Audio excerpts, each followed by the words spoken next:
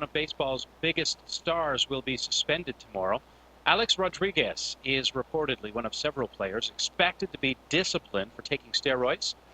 There is much speculation over what punishment the Yankee could receive, with some saying he may face a lifetime ban. Rodriguez doesn't seem too concerned about tomorrow's decision. He says he plans to travel to Chicago for the Yankees game against the White Sox. Joining us now is Laith Gafour, a Toronto-based sports and entertainment lawyer. Laith, is this the end of A-Rod or just the end of a chapter in his career? I think it depends, Scott, who you're asking. I think Major League Baseball would love to wrap a big red bow around this whole biogenesis era and have it be finished with so that they can start the 2014 season.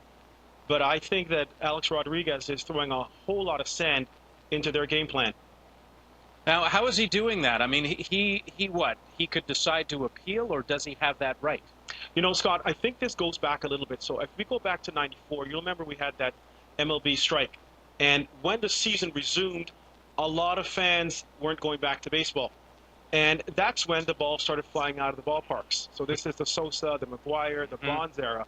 And then all of a sudden, teams and fans started to come back alive again. And so A-Rod is sort of, he straddles. He was a part of that era of baseball. And so in my view, I'm saying that at this point, Major League Baseball and the owners, rather, have some implicit responsibility in what's going on here. They knew, everyone knew that something was afoot. And yes, some players took the hit for it, but A-Rod is simply saying that at this point, any lifetime ban is completely off the radar. The biggest challenge, I think, as a fan to this story is over the last 2 or 3 years, we've seen Major League Baseball and the MLBPA coming closer together in having what's called a joint approach to drug enforcement. The way that Major League Baseball now is interpreting these sections of that particular agreement, as well as the basic general collective agreement between the two, was not how it was supposed to play out. And so my concern is that when this agreement, this joint drug policy expires in 2016, we may not see the same willingness on the MLBPA on their part to bargain with the management.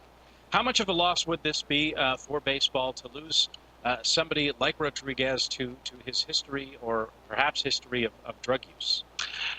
I don't think it's going to hurt Major League Baseball, but I think what it does, though, it'll leave a bad taste in a lot of people's mouth.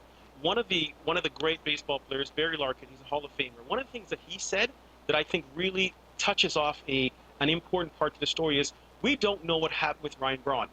We don't know the details. We know that he took a 65-game suspension, but none of the details were revealed, so that we know what happened, which was he won the MVP in 2011, and we know he was doping. We don't know exactly what happened as to why he received a 65-day suspension when the most you can receive under the drug policy is 50 games.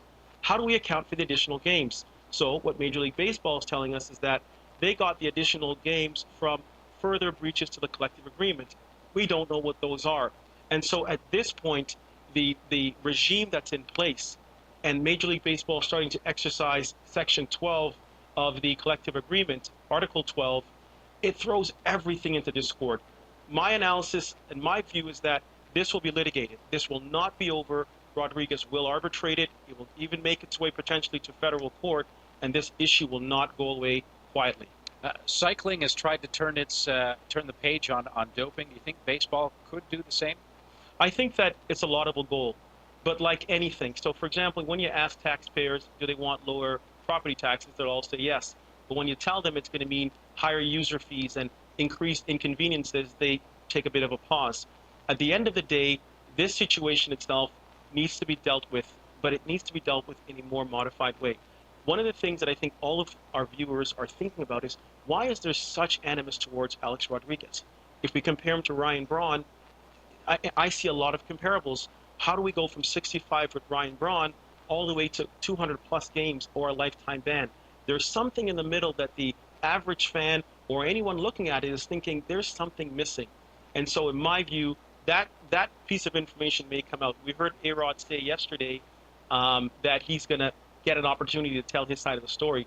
I'm interested in finding out what it is because we never heard what it was from Ryan Braun's perspective. A lot of people are interested in all those sides of the story. Laith Gafour, Toronto-based sports and entertainment lawyer, thank you very much. My pleasure. Thank you.